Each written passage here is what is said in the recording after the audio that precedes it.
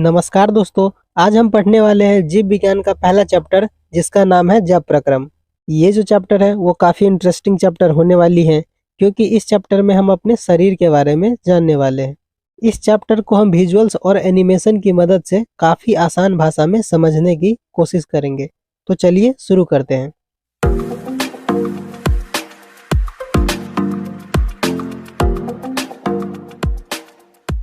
तो सबसे पहले हम ये जान लेते हैं कि जैव प्रक्रम होता क्या है। वे सभी प्रक्रम जो सम्मिलित रूप से अनुरक्षण का कार्य करते हैं उसे जैव प्रक्रम कहा जाता है। तो हमारे शरीर में 4 ऐसे प्रक्रम हैं जो अनुरक्षण का काम करती है, जो कि है पोषण मतलब खाना बनाना, श्वसन मतलब कि सांस लेना, वहन मतलब कि शरीर में पदार्थों का एक जगह से दूसरे जगह जाना, और उत्सर्जन मतलब कि शरीर में अपशिष्ट पदार्थ यानी कि बेकार पदार्थों का बाहर निकलना। तो हमारा जो चैप्टर है वो इन्हीं जैव प्रक्रम के आसपास घूमता है। तो चलिए हम एक एक करके इन सभी जैव प्रक्रम को समझते हैं। तो शुरुआत करते हैं सबसे पहली जैव प्रक्रम से, जो कि है पोषण। तो पोषण एक ऐसी प्रक्रिया है जिसमें जीव भोजन से भोज्य पदार्थ प्राप्त कर उससे ऊर्जा प्राप्त करती है, जिससे शरीर का निर्माण, टूट फूट की मरम्मत तथा वृद्धि और विकास होता है। तो यहाँ पर एक शब्द है भोज्य पदार्थ। तो भोज्य पदार्थ भी एक पदार्थ है जो सजीव के उचित वृद्धि और संरक्षण के लिए जरूरी होता है, जैसे कि कार्बोहाइड्रेट, प्रोटीन, विटामिन, खनिज, वसा इत्यादि। ये सभी भोज्य पदार्थ होते हैं। अब हम देखते हैं कि पोषण कितने प्रकार के होते हैं। तो पोषण मुख्यतः 2 प्रकार के होते हैं, जो कि है स्वपोषी पोषण और विषमपोषी पोषण। तो सबसे पहले हम समझते हैं स्वपोषी पोषण को। तो स्वपोषी पोषण वह पोषण है जिसमें सजीव पर्यावरण से कार्बन डाइऑक्साइड और जल लेकर सूर्य की प्रकाश की उपस्थिति में अपना भोजन खुद तैयार करते हैं, और जो सजीव स्वपोषी पोषण से खाना बनाते हैं उन्हें हम स्वपोषी कहते हैं, जैसे कि हरे पेड़ पौधे और कुछ बैक्टीरिया। तो अब हम समझते हैं दूसरे प्रकार के पोषण को, जो कि है विषमपोषी पोषण। तो विषमपोषी पोषण वह पोषण है जिसमें जीव अपना भोजन खुद नहीं बना पाने के कारण अन्य जीवों पर आश्रित रहता है, और जो सजीव विषमपोषी पोषण से अपना खाना बनाते हैं उसे परपोषी या विषमपोषी कहा जाता है, जैसे कि इंसान, अमीबा इत्यादि। ये सब विषमपोषी पोषण है।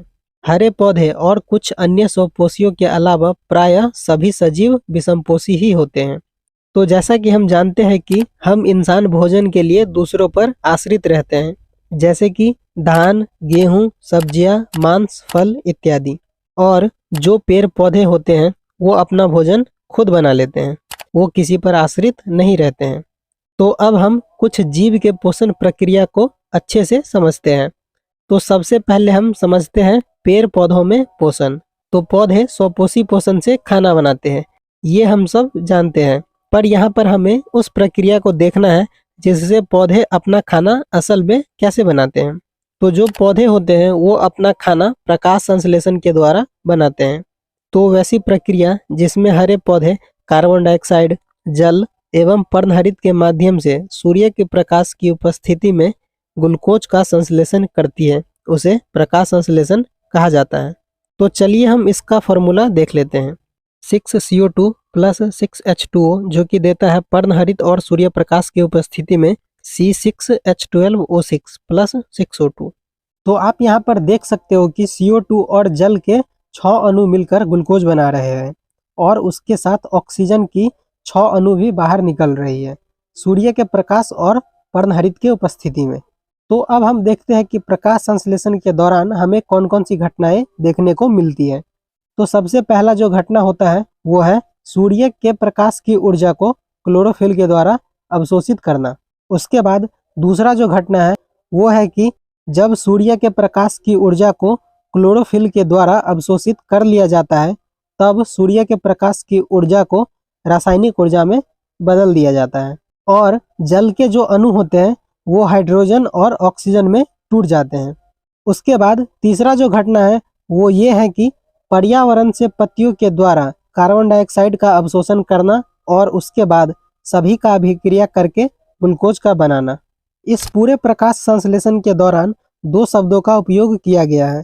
पर्णहरित और क्लोरोफिल, जो कि दोनों शब्द एक ही है। हिंदी में इसे पर्णहरित और इंग्लिश में इसे क्लोरोफिल कहा जाता है। अब यहाँ पर आपके मन में एक सवाल आ रहा होगा कि सूर्य के प्रकाश को अपने अंदर अवशोषित किसने किया होगा? तो इसका जवाब है क्लोरोप्लास्ट। तो चलिए अब हम क्लोरोप्लास्ट को अच्छे से समझते हैं। तो क्लोरोप्लास्ट एक बहुत ही छोटा सा जीव है जो पादप कोशिका में पाया जाता है और इसके अंदर क्लोरोफिल होता है जो सूर्य के प्रकाश को अवशोषित करता है। तो चलिए अब हम विषमपोषी पोषण को थोड़ा और डिटेल्स में समझ लेते हैं। विषमपोषी पोषण क्या होता है ये आप पहले ही समझ चुके हैं। तो यहाँ पर हम ये समझेंगे कि विषमपोषी पोषण कितने प्रकार के होते हैं। तो विषमपोषी पोषण 3 प्रकार के होते हैं: मृतोपजीवी पोषण, परजीवी पोषण, प्राणी संपोषण। तो चलिए अब हम इन तीनों को एक एक करके समझते हैं। तो सबसे पहले हम समझते हैं मृतोपजीवी पोषण को। तो वैसा पोषण जिसमें जीव अपना भोजन मरे हुए और सड़े हुए पदार्थों से प्राप्त करता है उसे हम मृतोपजीवी पोषण कहते हैं। और जो जीव अपना भोजन मृतोपजीवी पोषण से बनाते हैं उसे हम मृतजीवी कहते हैं, जैसे कि बैक्टीरिया, कवक इत्यादि। ये जो है वो सड़े हुए और मरे हुए पदार्थों से अपना खाना बनाते हैं। इसके बाद विषमपोषी पोषण का जो दूसरा प्रकार है वो है परजीवी पोषण। तो परजीवी पोषण वह पोषण है जिसमें जीव अन्य जीव के शरीर के अंदर या बाहर रहकर अपना खाना प्राप्त करते हैं बिना उसको मारे, उसे परजीवी पोषण कहा जाता है। और जो जीव अपना खाना परजीवी पोषण से बनाते हैं उसे परजीवी कहा जाता है, जैसे कि मच्छर, जू इत्यादि। ये दोनों जीव अपना खाना प्राप्त करने के लिए दूसरे जीव पर निर्भर रहते हैं, जैसे कि मच्छर इंसान और कुछ पालतू जानवर पर, और जू भी इंसान और कुछ पालतू जानवर पर ही रहकर उसका खून चूसते हैं और अपना खाना बनाते हैं। अब तीसरा जो प्रकार है विषमपोषी का वो है प्राणी संपोषण।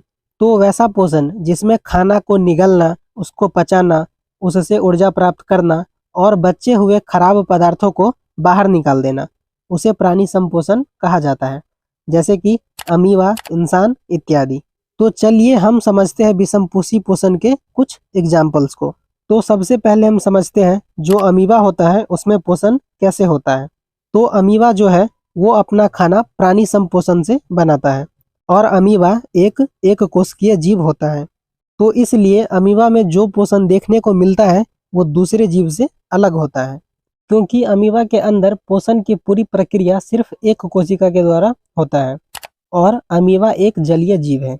जलीय जीव मतलब वैसा जीव जो पानी में रहता है उसे जलीय जीव कहा जाता है। तो अमीबा एक जलीय जीव है। तो अमीबा जब भी कोई खाने वाली जीव को देखता है तो वह तैरते हुए उसके पास जाता है और अमीबा अपनी सतह पर उंगलियों जैसा संरचना बनाते हैं जिसे कुटपाद कहा जाता है। तो अमीबा अपनी कुटपाद की मदद से भोजन को घेर लेता है और उसे अपने अंदर ले लेता है और उस भोजन को अमीबा अपने खाद्य रिक्तिका में भेज देते हैं, जहां पर एंजाइम की मदद से उस भोजन को पचाया जाता है और उससे जो ऊर्जा मिलती है जिससे अमीबा अपने जैव प्रक्रम को चलाने के लिए इस्तेमाल करता है। और लास्ट में जो अनपचा भोजन बचता है उसे अमीबा अपने शरीर से बाहर फेंक देती है। ठीक इसी तरह का पोषण पैरामीशियम में भी होता है। अब आपके मन में एक सवाल आ रहा होगा कि पैरामीशियम क्या है। तो पैरामीशियम भी अमीबा की तरह ही एक कोशिकीय जीव है। पैरामीशियम की पूरी सतह पर बालों जैसी संरचना पाई जाती है जिसे सीलिया कहा जाता है। सीलिया की गतियों के कारण भोजन पैरामीशियम के निकट आ जाता है। उसके बाद भोजन पैरामीशियम की सतह पर पाए जाने वाले गर्त में चला जाता है और कोशिका द्रव्य में पाए जाने वाले एंजाइम भोजन को पचाते हैं और अनपचा भोजन वहीं से बहिष्कृत कर दिया जाता है, मतलब कि बाहर निकाल दिया जाता है। तो अब हम एक और विषमपोषी पोषण के पोषण को समझते हैं, जो कि है मनुष्य में पोषण। तो मनुष्य में जो पोषण होता है वह काफी जटिल प्रक्रिया के द्वारा होता है, जिसमें कि 4 प्रक्रिया होता है, जो कि है मुख में पाचन, आमाशय में पाचन, छोटी आंत में पाचन और अवशोषण, और बड़ी आंत में जल का अवशोषण और अनपचे भोजन का बहिष्करण। तो चलिए एक एक करके इन सबको समझते हैं। तो सबसे पहले हम समझेंगे मुख में पाचन। तो जब हम खाना खाते हैं तो जिस भोजन को हम अपने मुंह में रखते हैं वह भोजन ठोस रहता है, जिसे हम दांतों की मदद से महीन टुकड़ों में बदल देते हैं। इसी समय लार में पाए जाने वाला काइलिन या लार एमाइलेज नामक एंजाइम भोजन के कार्बोहाइड्रेट को तोड़ता है और उसे माल्टोज में बदल देता है। उसके बाद भोजन क्रमाकुंचन गति के कारण आमाशय में पहुंचता है। अब यहाँ पर आपके मन में एक सवाल आ रहा होगा कि क्रमाकुंचन गति क्या है। तो क्रमाकुंचन गति वैसा गति है जिससे भोजन आगे की ओर खिसकता है। इसी गति के कारण भोजन मुंह से आमाशय तक पहुंचता है। तो अब हम आमाशय में पाचन को समझते हैं। तो भोजन जब मुंह से आमाशय में पहुंचता है तब आमाशय की आंतरिक भित्ति में पाए जाने वाला जठर ग्रंथियां जठर रसों का स्राव करती है। तो जठर ग्रंथि 4 जठर रसों का स्राव करती है, रेनिन, पेप्सिन, HCl मतलब कि हाइड्रोक्लोरिक अम्ल और म्यूकस। तो जो रेनिन होता है वो दूध की प्रोटीन को पचाता है, इसीलिए यह सिर्फ बच्चों में ही पाया जाता है। और जो पेप्सिन होता है वह प्रोटीन को पेप्टोन में बदल देता है। और जो HCl होता है मतलब कि हाइड्रोक्लोरिक अम्ल, वो भोजन के साथ आए हुए बैक्टीरिया को मारता है। और इसका दूसरा जो काम है वो है भोजन को अम्लीय माध्यम से बचाना। और जो म्यूकस होता है वो आमाशय की भित्ति को हाइड्रोक्लोरिक अम्ल से बचाता है। अगर म्यूकस नहीं निकलेगा तो हाइड्रोक्लोरिक अम्ल आमाशय की भित्ति को नुकसान पहुंचाएगा, जिससे पेट में जलन हो सकती है। इसके बाद भोजन छोटी आंत के ऊपर वाले हिस्से पर पहुंचता है, जिसे पक्वाशय या ग्रहणी कहा जाता है। तो जब भोजन पक्वाशय में पहुंचता है तब पित्ताशय से पीत नाम का जीवाणुनाशक क्षारीय द्रव भोजन में मिलकर भोजन को क्षारीय बनाता है, जिससे वसा को छोटे छोटे कणों में तोड़ा जाता है। उसके बाद अगन्याशय से अगन्यासिक रस निकलता है जो भोजन से आकर मिलता है। इस अगन्यासिक रस में 3 एंजाइम पाए जाते हैं, एमाइलेज, ट्रिप्सिन और लाइपेज। तो जो एमाइलेज होता है वो बची हुई शर्करा को माल्टोज में बदल देता है, और जो ट्रिप्सिन होता है वो पेप्टोन को पेप्टाइड्स में बदल देता है, और जो लाइपेज होता है वो वसा के छोटे छोटे टुकड़े को वसीय अम्ल और ग्लिसरॉल में बदल देता है। इसके बाद भोजन छोटी आंत के निचले हिस्से में पहुंचता है। छोटी आंत की आंतरिक भित्ति पर असंख्य उंगलियों जैसे उभार होते हैं, जिन्हें रसांकुर या दीर्घरोम कहा जाता है। दीर्घरोम के बीच बीच में आंतरीय ग्रंथियां होती है। आंतरीय ग्रंथि पाचक रसों का स्राव करती है। पाचक रसों में 4 एंजाइम पाए जाते हैं, इरेप्सिन या पेप्टाइडेज, माल्टेज, सुक्रेज और लैक्टेज। जो इरेप्सिन या पेप्टाइडेज होता है वो पेप्टोन और पेप्टाइड को अमीनो अम्ल में बदल देता है। जो माल्टेज होता है वो माल्टोज को ग्लूकोज में बदल देता है। जो सुक्रेज होता है वो सुक्रोज को ग्लूकोज और फ्रुक्टोज में बदल देता है। और जो लैक्टेज होता है वो लैक्टोज को ग्लूकोज और गैलेक्टोज में बदल देता है। इस प्रकार छोटी आंत में पाचन की क्रिया पूरी हो जाती है। जो कार्बोहाइड्रेट होता है वो ग्लूकोज में, प्रोटीन का अमीनो अम्ल में और वसा का वसीय अम्ल और ग्लिसरॉल में पाचन हो जाता है। पचे हुए भोजन के कण दीर्घरोमों में स्थित रक्त कोशिकाओं के रक्त में जाकर पूरे शरीर में फैल जाती है। अब जो अनपचा भोजन होता है वो बड़ी आंत में पहुंचता है। तो बड़ी आंत में भोजन का पाचन नहीं होता है, यहाँ पर केवल अतिरिक्त जल का अवशोषण होता है। उसके बाद जो अनपचा भोजन होता है वो मल के रूप में शरीर के बाहर निकाल दिया जाता है। मल का शरीर से बाहर निकलना ही बहिष्करण कहलाता है। तो हमने पोषण को अच्छे से समझ लिया है। तो सबसे पहले हम ये जान लेते हैं कि श्वसन किसे कहते हैं। वह जटिल जैविक रासायनिक प्रक्रम जिसमें कार्बनिक पदार्थों के चरणबद्ध ऑक्सीकरण के फलस्वरूप ऊर्जा मुक्त होती है और कार्बन डाइऑक्साइड तथा जल बनते हैं, उसे श्वसन कहा जाता है। अगर आसान भाषा में कहा जाए तो वैसी प्रक्रिया जिसमें किसी जीव की कोशिकाएं ऑक्सीजन लेकर कार्बनिक पदार्थों के ऑक्सीकरण से कार्बन डाइऑक्साइड और जल को मुक्त करके ऊर्जा प्राप्त करती है, उसे श्वसन कहा जाता है। इसे हम एक रासायनिक समीकरण के द्वारा समझते हैं। C6H12O6 जो कि देता है 6CO2 प्लस 6H2O और ऊर्जा, और जो ऊर्जा होता है वो 2830 किलो जूल होता है। तो आप यहाँ पर देख सकते हैं कि C6H12O6 एक कार्बनिक पदार्थ है जिसके ऑक्सीकरण के बाद कार्बन डाइऑक्साइड के 6 अणु और जल के 6 अणु बनते हैं, और साथ ही ऊर्जा भी प्राप्त होती है जो कि 2830 किलो जूल होती है। अब हम ये जान लेते हैं कि श्वसन कितने प्रकार के होते हैं। तो श्वसन 2 प्रकार के होते हैं, अनोक्सी श्वसन और ऑक्सी श्वसन। तो इन दोनों को हम एक एक करके समझते हैं। तो सबसे पहले हम समझते हैं अनोक्सी श्वसन को।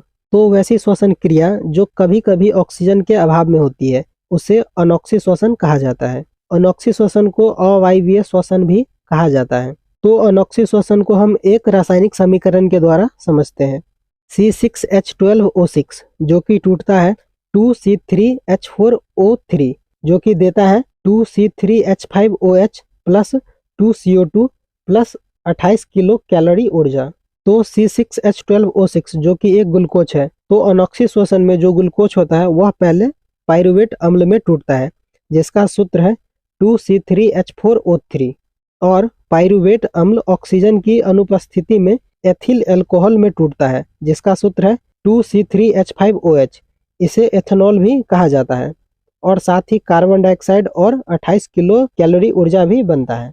अनोक्सी श्वसन में ऊर्जा के केवल 8 एटीपी बनते हैं। अब यहाँ पर आपके मन में एक सवाल आ रहा होगा कि एटीपी क्या है। तो एटीपी का पूरा नाम एडिनोसिन ट्राइफॉस्फेट है। जब शरीर के अंदर ग्लूकोज को तोड़ा जाता है तब कुछ न कुछ ऊर्जा प्राप्त होती है जो एटीपी के रूप में माइटोकॉन्ड्रिया में जमा हो जाता है और माइटोकॉन्ड्रिया एटीपी से ऊर्जा बनाते रहती है। लेकिन जब कोई इंसान बहुत ज़्यादा काम करता है या दौड़ता है तो उसे ज़्यादा ऊर्जा की ज़रूरत होती है, लेकिन ज़्यादा ऊर्जा नहीं मिलने के कारण वह इंसान थक जाता है। ऐसा क्यों होता है? तो ऐसा इसलिए होता है कि जब कोई इंसान ज़्यादा देर तक दौड़ता है तब वह सही से सांस नहीं ले पाता है, जिसके कारण उसके शरीर में ऑक्सीजन की कमी हो जाती है, जिससे ग्लूकोज का निम्नीकरण होता है और लैक्टिक अम्ल बन जाता है जो इंसान के पेशियों में जमा हो जाता है, जिस कारण से उसे थकान महसूस होती है। अब यहाँ पर आपके मन में एक सवाल आ रहा होगा कि ये वही लैक्टिक अम्ल तो नहीं है। तो हाँ, ये वही लैक्टिक अम्ल है जो बैक्टीरिया के उपस्थिति में दूध से दही बनता है। तो लैक्टिक अम्ल को हम एक रासायनिक समीकरण के द्वारा समझते हैं। C6H12O6 जो कि देता है 2C3H6O3 और ऊर्जा। तो यहाँ पर C6H12O6 एक ग्लूकोज है जिसके टूटने पर 2C3H6O3 बनता है जो कि एक लैक्टिक अम्ल है और इसके साथ ऊर्जा भी निकलती है। लेकिन अनोक्सी श्वसन विभिन्न प्रकार के कवक, जीवाणुओं और गूदेदार फलों में भी होता है। कवकों द्वारा जब अनोक्सी श्वसन होता है तब जाइमेज नाम के एंजाइम से होता है जिसे किण्वन कहा जाता है। अब यहाँ पर आपके मन में एक सवाल आ रहा होगा कि ये किण्वन क्या है। तो अनोक्सी श्वसन का वह प्रक्रम जो जाइमेज एंजाइम के प्रभाव में होता है तथा जिसमें ग्लूकोज के सरलीकरण के फलस्वरूप एथिल अल्कोहल एवं ऊर्जा उत्पन्न होती है, उसे किण्वन कहा जाता है। इसे हम एक रासायनिक समीकरण के द्वारा समझते हैं। C6H12O6 जो कि इष्ट देता है जाइमेज एंजाइम की उपस्थिति में 2C2H5OH प्लस 2CO2 प्लस ऊर्जा। तो यहाँ पर C6H12O6 एक ग्लूकोज है जो इष्ट और जाइमेज एंजाइम की उपस्थिति में देता है 2C2H5OH जो कि एक एथिल अल्कोहल है और साथ ही कार्बन डाइऑक्साइड और ऊर्जा भी बनती है और इसका इस्तेमाल बियर, शराब, पनीर इत्यादि बनाने में होता है। तो अब हम जान लेते हैं दूसरे प्रकार के श्वसन को जो कि है अनोक्सी श्वसन। तो श्वसन की वैसी अभिक्रिया जिसमें ऑक्सीजन की जरूरत होती है उसे ऑक्सी श्वसन कहते हैं। ऑक्सी श्वसन को वायवीय श्वसन भी कहा जाता है। तो ऑक्सी श्वसन को हम एक रासायनिक समीकरण के द्वारा समझते हैं।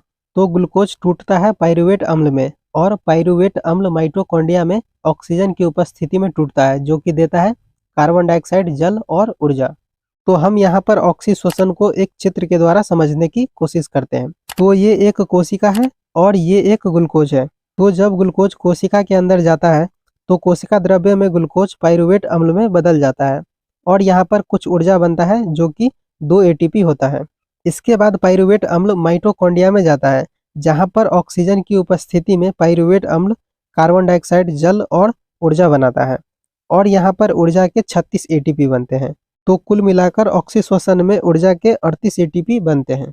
तो अब हम ये जान लेते हैं कि जीवों में गैसों का विनिमय मतलब कि जीवों में गैसों का आदान प्रदान कैसे होता है। तो बहुकोशिकीय जीवों में गैसों के आदान प्रदान के लिए निश्चित अंग पाए जाते हैं जैसे इंसान, जानवर, पक्षी इत्यादि।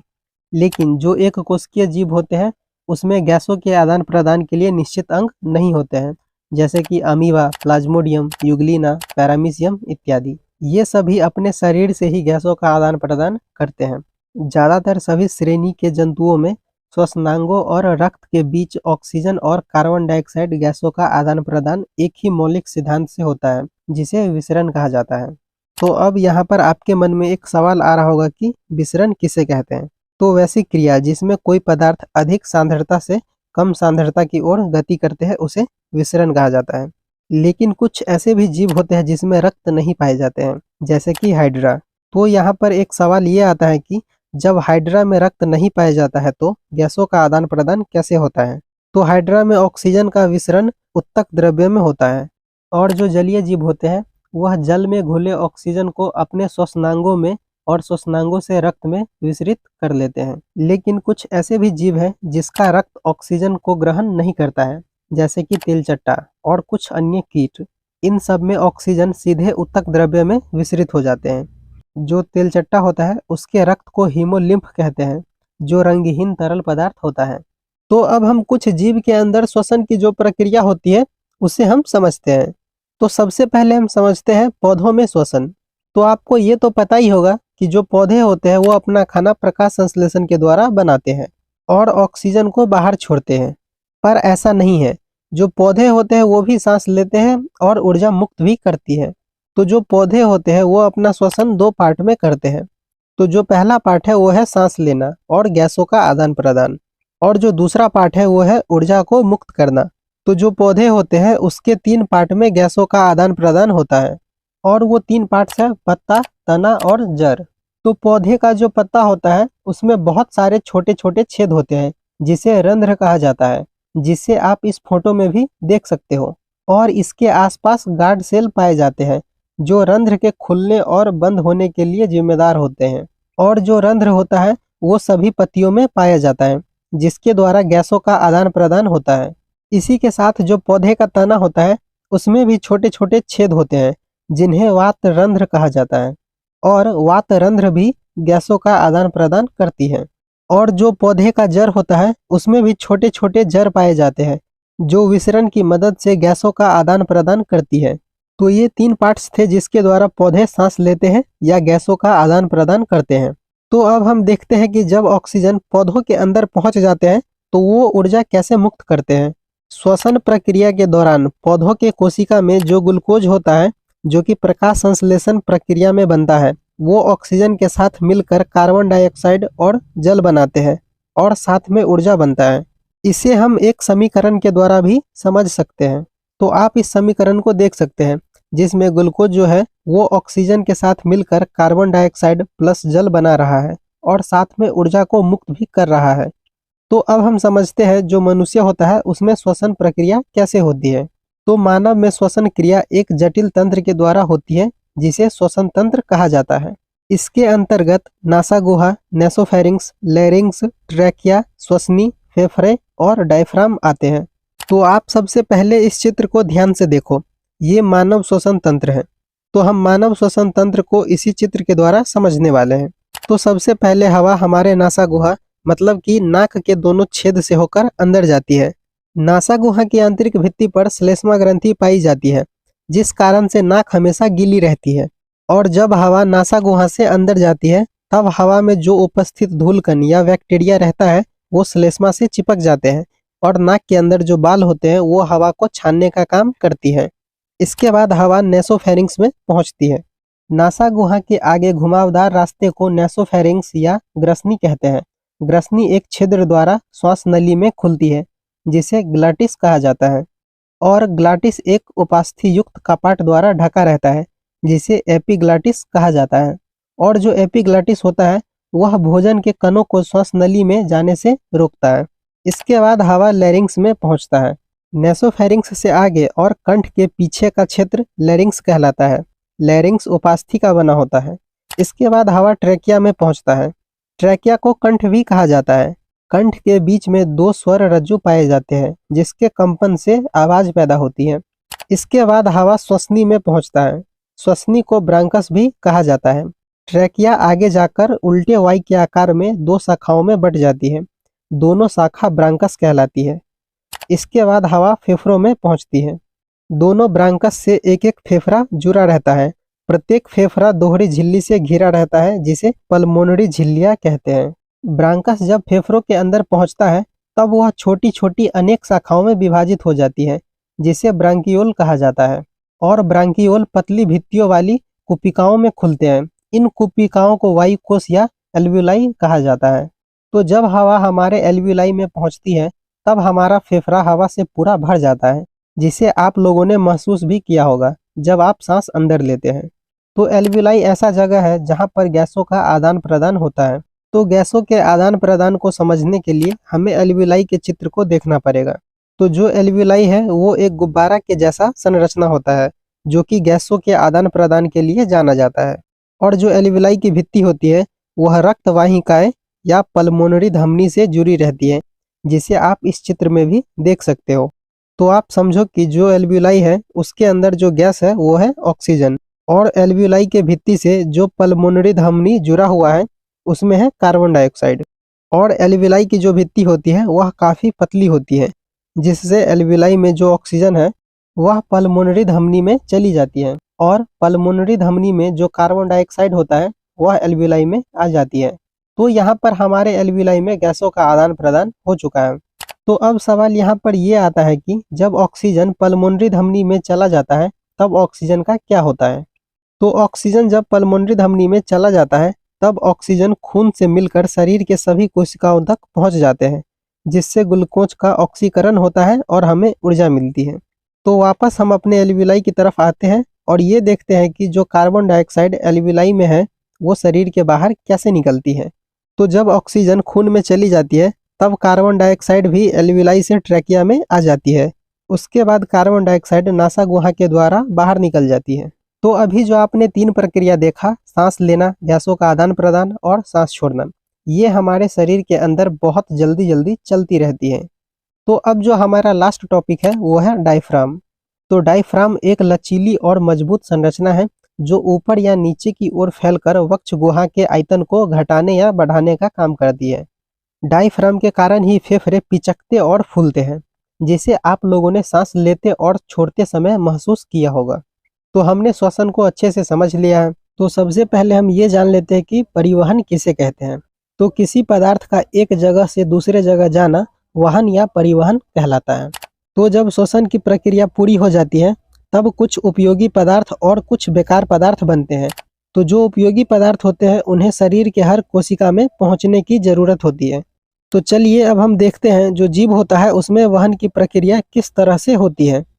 तो सबसे पहले हम समझते हैं मनुष्य में वहन। तो जो मनुष्य होता है उसमें वहन 2 माध्यम से होता है, जिसमें से पहला है खून और दूसरा है लिम्फ, जिसे हम उत्तक द्रव्य भी कहते हैं।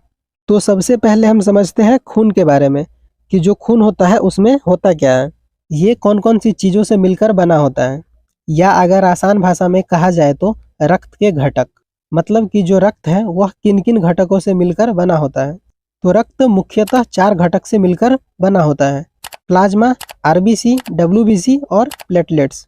तो अब हम चारों घटकों को अच्छे से समझ लेते हैं। तो हम शुरू करते हैं प्लाज्मा से। तो जो प्लाज्मा है वह हल्के पीले रंग का द्रव होता है, जैसा कि आप इस चित्र में भी देख सकते हो। प्लाज्मा में 90 से 92% जल होता है और 6 से 8% प्रोटीन होता है, और इसके साथ साथ विटामिन मिनरल्स भी पाए जाते हैं। तो अब हम समझते हैं रक्त के अगले घटक को, जो कि है आरबीसी, यानी कि रेड ब्लड सेल्स, जिसे हम लाल रक्त कण या लाल रक्त कोशिका भी कहते हैं। और इसका जो आकार होता है वो उभयतल होता है, जिसे आप इस चित्र में भी देख सकते हैं। और जो स्तनधारी जीव होते हैं उसके लाल रक्त कोशिका में केंद्रक नहीं पाए जाते हैं, और आरबीसी में हीमोग्लोबिन नाम का प्रोटीन अणु पाया जाता है, जिसके कारण खून का रंग लाल होता है। और जो हीमोग्लोबिन होता है वो ऑक्सीजन के साथ मिलकर ऑक्सी हीमोग्लोबिन और कार्बन डाइऑक्साइड के साथ मिलकर कार्बोक्सी हीमोग्लोबिन बनाता है, जो ऑक्सीजन और कार्बन डाइऑक्साइड के परिवहन में काम आता है। अगर हमारे शरीर में हीमोग्लोबिन नहीं होता तो फेफड़ों से पैर तक ऑक्सीजन लगभग 3 वर्षों में पहुंच पाती। तो अब हम समझते हैं रक्त के तीसरे घटक को, जो कि है डब्ल्यूबीसी, यानी कि व्हाइट ब्लड सेल्स, जिसे हम श्वेत रक्त कण या श्वेत रक्त कोशिका भी कहते हैं। ये जो है वो फेगोसाइटिक कोशिका होते हैं जो बैक्टीरिया से लड़ने का काम करती है और हमारे शरीर को हानिकारक बैक्टीरिया से बचाता है। और डब्ल्यूबीसी में केंद्रक पाए जाते हैं, और जो डब्ल्यूबीसी होता है वो हड्डियों की मज्जा, लिम्फ गांठों आदि में बनते हैं। तो अब हम देखते हैं रक्त के चौथे घटक को, जो कि है प्लेटलेट्स, जिसे हम पट्टिकानु भी कहते हैं। और इनका जो काम होता है वो है रक्त का थक्का बनाना। तो हमें जब चोट लग जाती है या कट लग जाता है तब हमारे शरीर से खून निकलने लगता है, लेकिन जो खून होता है वो कुछ समय बाद निकलना बंद हो जाता है। ऐसा इसलिए होता है क्योंकि खून में जो प्लेटलेट्स है वो रक्त का थक्का बना देती है, जिससे खून निकलना बंद हो जाता है। तो खून के बारे में हमने समझ लिया है और ये भी जान लिया है कि खून शरीर में बहता है। लेकिन जो खून है वो शरीर में अपने आप ही तो नहीं बहता होगा ना। तो शरीर में कोई ना कोई तो ऐसा अंग होता ही होगा जो खून को पूरे शरीर में पंप करता होगा, मतलब कि खून को पूरे शरीर में भेजता होगा। तो जो अंग पूरे शरीर में खून को पंप करता है वो है हृदय। तो जो हृदय है वो खून को रक्त वाहिका के द्वारा पूरे शरीर में भेजता है। तो चलिए अब हम हृदय को अच्छे से समझ लेते हैं। तो हृदय एक मांसपेशीय अंग है जो हृदय की मांसपेशी से बना होता है। हृदय की जो मांसपेशी है वो एक स्पेशल ऊतक है जो सिर्फ हृदय में मौजूद होता है। और जो हृदय होता है वो वक्ष गुहा यानी कि छाती के अंदर रहता है। ज़्यादातर लोगों को ये लगता है कि जो हृदय होता है वो वक्ष गुहा के बाईं ओर होता है, पर ऐसा नहीं है। जो हृदय होता है वो वक्ष गुहा के बीच में रहता है और थोड़ा सा बाईं ओर झुका रहता है। तो अब हम समझते हैं कि जो हृदय होता है उसके अंदर क्या क्या होता है। तो सबसे पहले आप इस चित्र को ध्यान से देखिए।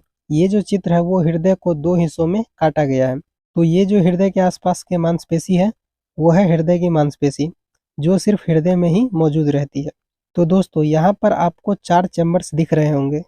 तो जो ऊपर वाला चैम्बर है उसे आलिंद बोला जाता है और जो नीचे वाला चैम्बर है उसे निलय बोला जाता है। ये जो हृदय में ऊपर की साइड दाईं ओर जो चैम्बर है उसे दायां आलिंद कहा जाता है और बाईं साइड जो चैम्बर है उसे बायां आलिंद कहा जाता है और नीचे की साइड दाईं ओर जो चैम्बर है उसे दायां निलय बोला जाता है और बाईं ओर जो चैम्बर है उसे बायां निलय बोला जाता है।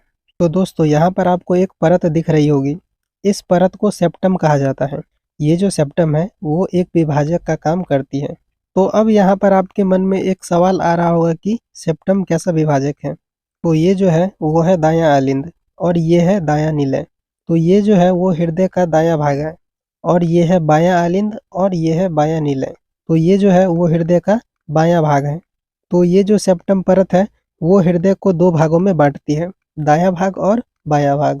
और जो सेप्टम परत होता है वो दाईं साइड के पदार्थ को बाईं ओर और बाईं ओर के पदार्थ को दाईं ओर जाने से रोकता है। तो दोस्तों यहाँ पर जो आपको चीज़ दिख रही है वो है वाल्व। तो यहाँ पर आपके मन में एक सवाल आ रहा होगा कि ये वाल्व क्या है। तो वाल्व एक ऐसा द्वार होता है जो किसी द्रव को जाने तो देता है पर वापस आने नहीं देता है। जैसे कि अगर दायां आलिंद से खून वाल्व की मदद से दायां नीले में तो चला जाएगा, लेकिन खून वापस दायां नीले से दायां आलिंद में नहीं जा पाएगा। तो जो हृदय होता है उसमें टोटल 4 वाल्व होते हैं और ये सब किसी पदार्थ को जाने तो देता है लेकिन वापस आने नहीं देता है। ये जो आपको दिख रही है वो है पल्मोनरी धमनी, जिसे फुफ्फुस धमनी भी कहा जाता है। पल्मोनरी धमनी में अशुद्ध रक्त बहता है। और ये है पल्मोनरी शिरा, जिसे फुफ्फुस शिरा भी कहा जाता है। और जो फुफ्फुस शिरा होता है वो शुद्ध रक्त का वहन करती है। तो हमारे हृदय के चारों तरफ एक परत होती है जिसे पेरिकार्डियम कहा जाता है और जो पेरिकार्डियम होता है वो हृदय को सुरक्षा प्रदान करता है। तो अब हम देखते हैं जो हमारा हृदय है वो काम कैसे करता है। सबसे पहले जो अशुद्ध रक्त होता है वो शरीर के हृदय के दायां आलिंद में आता है। अशुद्ध रक्त मतलब वैसा रक्त जिसमें कार्बन डाइऑक्साइड हो। जब रक्त दायां आलिंद में आता है तब जो वाल्व होता है वो खुल जाती है और रक्त दायां आलिंद से दायां नीले में आ जाता है। दायां नीले में रक्त के आ जाने के बाद जो वाल्व होती है वो बंद हो जाती है। उसके बाद दायां नीले से रक्त पल्मोनरी धमनी के द्वारा फेफड़ों तक पहुंच जाती है। फेफड़ों में रक्त से कार्बन डाइऑक्साइड बाहर निकल जाती है और ऑक्सीजन अंदर आ जाती है। तो जो अशुद्ध रक्त फेफड़ों तक पहुंचा था वो अब शुद्ध रक्त हो चुका है।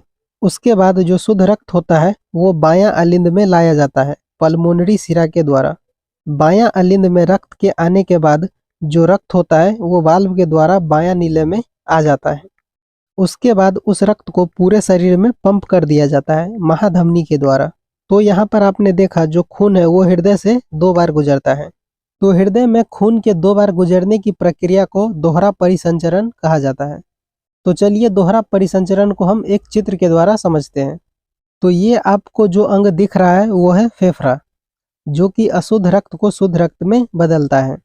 और आपको ये जो ब्लू रंग का पाइप जैसा चित्र दिख रहा है वो है पल्मोनरी धमनी, जो कि अशुद्ध रक्त को हृदय से फेफड़ों तक ले जाती है।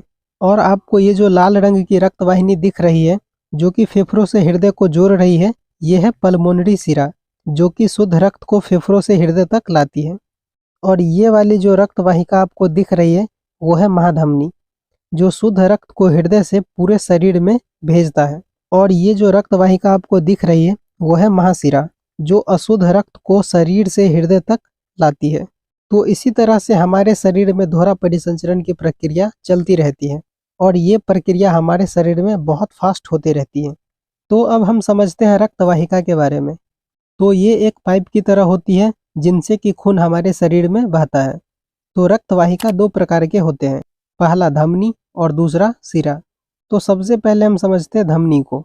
तो धमनी एक मोटी और लचीली रक्त वाहिका है जो शुद्ध रक्त को हृदय से शरीर के विभिन्न अंगों तक ले जाती है।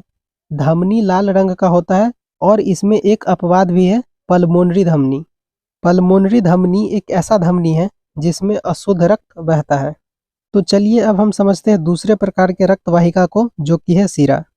तो शिरा एक पतली रक्त वाहिका है जो अशुद्ध रक्त को शरीर के विभिन्न अंगों से हृदय तक लाने का काम करती है और ये ब्लू रंग के होते हैं।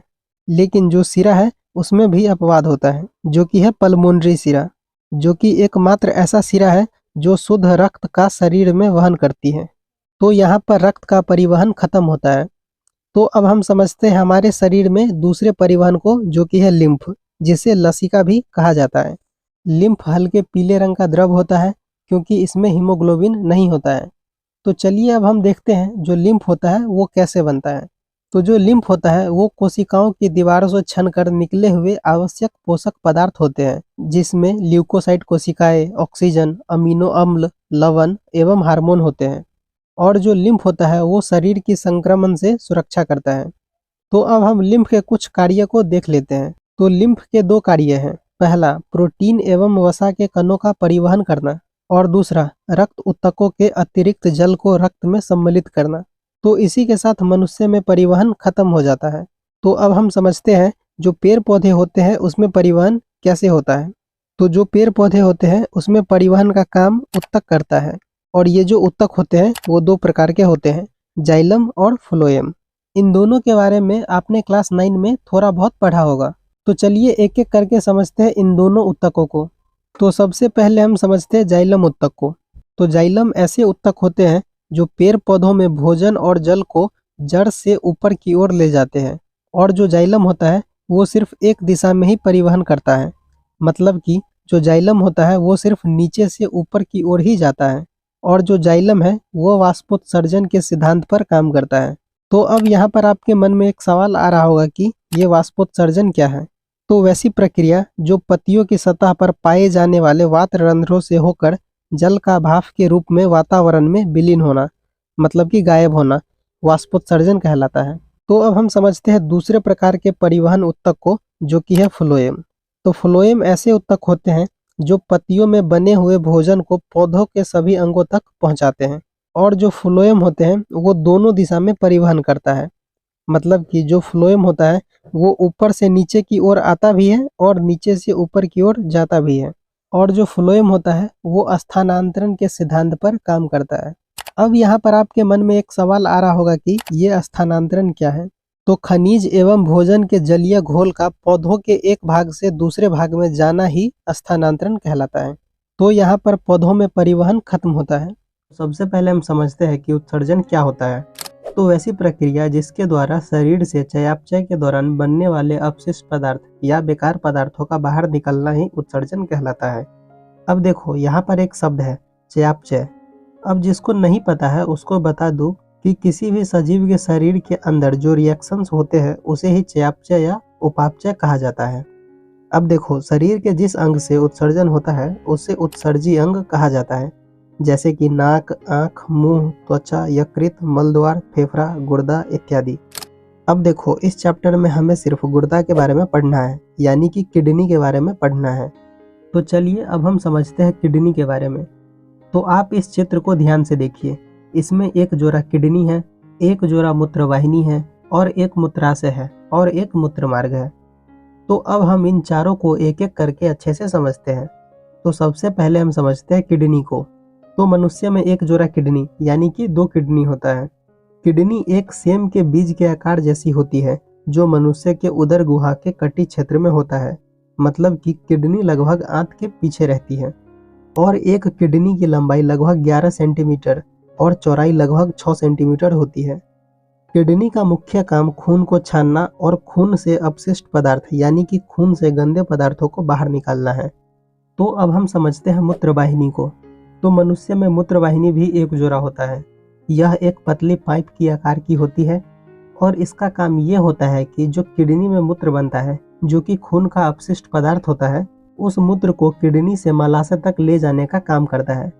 अगर इसे हम आसान भाषा में समझे तो किडनी से पेशाब मूत्राशय तक मूत्रवाहिनी के द्वारा ही जाता है। तो अब हम समझते हैं मूत्राशय को। तो मूत्राशय में मूत्र जमा होता है। अब हम समझते हैं मूत्र मार्ग को। तो जो मूत्र मूत्राशय में जमा रहता है वो समय समय पर मूत्र मार्ग के द्वारा शरीर से बाहर आ जाता है। तो चलिए इस पूरे प्रक्रिया को हम एक चित्र की मदद से समझते हैं।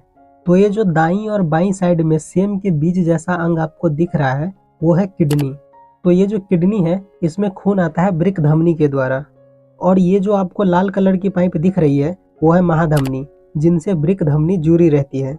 तो दोनों किडनी में खून महाधमनी के द्वारा वृक्क धमनी से होते हुए आता है। तो जब किडनी में खून आ जाता है तो किडनी उस खून को छानकर साफ कर देती है और उसमें जो अपशिष्ट पदार्थ बनता है मूत्र, उसको अलग कर देती है। और आपको ये जो ब्लू कलर की पाइप दिख रही है वो है महाशिरा, जिनसे वृक्क शिरा जुड़ा रहता है और जो खून साफ हो चुका है वो वृक्क शिरा के द्वारा महाशिरा से होकर वापस पूरे शरीर में चला जाता है और किडनी में जो मूत्र बना था वो इस पाइप के द्वारा मतलब कि मूत्रवाहिनी के द्वारा मूत्राशय में आकर जमा हो जाता है और जो मूत्र होता है वो समय समय पर मूत्र मार्ग से बाहर निकल जाता है। तो यहाँ पर यह प्रक्रिया खत्म हो जाती है। आपने पढ़ा कि जो किडनी होती है वो खून को छानने का काम करती है, मतलब कि खून को साफ करती है। तो यहाँ पर सवाल ये आता है कि किडनी में ऐसा क्या है जो खून को छानने का काम करती है। तो किडनी के अंदर एक संरचना होती है जिसे नेफ्रॉन या वृक्काणु कहा जाता है, जो खून को छानने का काम करती है। तो अब हम समझते हैं नेफ्रॉन को। तो हर एक किडनी के अंदर लगभग 10 लाख नेफ्रॉन होती है और जो नेफ्रॉन है वो खून को छानने का काम करती है। नेफ्रॉन में एक कप जैसी संरचना होती है जिसे बोमन संपुट या बोमन कैप्सूल कहा जाता है। इस चित्र में आपको ये जो संरचना दिख रही है वो है संग्राहक नली। संग्राहक नली को इंग्लिश में डक्ट कहा जाता है। आपको ये जो बड़े यू की आकार की जो संरचना दिख रही है वो है हेनले लूप। नेफ्रॉन में एक पाइप जैसी संरचना होती है जो बोमन कैप्सूल और संग्राहक नली से जुड़ी रहती है और जो बोमन कैप्सूल है वो खून को छानने का काम करती है और मूत्र को इकट्ठा भी करता है। अब बोमन कैप्सूल में जो मूत्र इकट्ठा हुआ रहता है वो हेनले लूप में आता है। अब जो हेनले लूप होता है वो मूत्र से ग्लूकोज, अमीनो एसिड और जल का अवशोषण करता है। उसके बाद जो मूत्र है वो डक्ट के द्वारा मतलब कि संग्राहक नली के द्वारा मूत्रवाहिनी में चला जाता है और वह मूत्राशय में जाकर जमा हो जाता है और समय समय पर मूत्र मार्ग से बाहर आ जाता है। अब देखो यार, मनुष्य में खून को छानने का काम किडनी करती है, लेकिन अगर मनुष्य का दोनों किडनी खराब हो जाए तो क्या होगा? तो अगर मनुष्य की दोनों किडनी खराब हो जाएगा तो मनुष्य के अंदर खून नहीं छन पाएगा, जिस कारण से खून में नाइट्रोजन की मात्रा बहुत ज़्यादा हो जाएगी, जिसके वजह से मनुष्य की मृत्यु हो जाएगी। लेकिन इससे बचने का एक उपाय है, हीमोडायलिसिस। हीमोडायलिसिस प्रक्रिया से खून को छानकर उससे नाइट्रोजन युक्त पदार्थ को हटा दिया जाता है, जिसके वजह से मनुष्य की मृत्यु नहीं होगी। तो देखो, हमने अभी समझा कि मनुष्य में उत्सर्जन कैसे होता है, लेकिन अब हमें समझना है कि पौधों में उत्सर्जन कैसे होता है। प्रकाश संश्लेषण के दौरान पौधों में उत्सर्जन वात रंध्रों के द्वारा होता है। इसके अलावा पौधों में जितने भी उत्सर्जन होते हैं वो लेंटिसेल के द्वारा होता है। जब पौधों में कोई भी उत्सर्जन होता है वो मनुष्य के लिए लाभदायक होता है, लेकिन पौधों में कुछ ऐसे भी उत्सर्जी पदार्थ होते हैं जो मनुष्य के लिए हानिकारक हैं, जैसे कि कार्बन डाइऑक्साइड, एथिलीन गैस, जल इत्यादि। लेकिन कुछ ऐसे भी उत्सर्जी पदार्थ हैं जो मनुष्य के लिए लाभदायक हैं। पहला, पौधों से बहुत उपयोगी तेल प्राप्त किए जाते हैं, जैसे कि लौंग का तेल, चंदन का तेल इत्यादि। दूसरा, टैनिन एक पादप उत्सर्जी पदार्थ है जिसका उपयोग चर्म शोधन एवं औषधि उद्योग में किया जाता है। तीसरा, बबूल, नीम, आम, सहजन इत्यादि वृक्षों से उत्सर्जित पदार्थ के रूप में गोंद प्राप्त किया जाता है, जो बहुत उपयोगी है। चौथा, लेटेक्स, रेजिन, रबर इत्यादि उपयोगी पदार्थ वृक्ष से उत्सर्जी पदार्थ के रूप में प्राप्त किया जाता है। पांचवा, कई नाइट्रोजन युक्त क्षारीय पदार्थ जैसे कि कैफीन, निकोटीन, मॉर्फिन, एट्रोपिन इत्यादि वृक्ष के उत्सर्जी पदार्थ है जिनका औद्योगिक महत्व है। छठा, बरगद की पत्तियों में कैल्शियम ऑक्जेलेट पाए जाते हैं जो मनुष्य के लिए उपयोगी पदार्थ है। तो ये चैप्टर यहीं पर खत्म हो जाता है। आई होप आपको ये वीडियो पसंद आई होगी। अगर ये वीडियो आपको पसंद आई है तो वीडियो को एक लाइक कर दीजिए, एक प्यारा सा कमेंट कर दीजिए और चैनल को सब्सक्राइब भी कर दो यार। मिलते हैं अगले वीडियो में, तब तक के लिए bye bye and take care.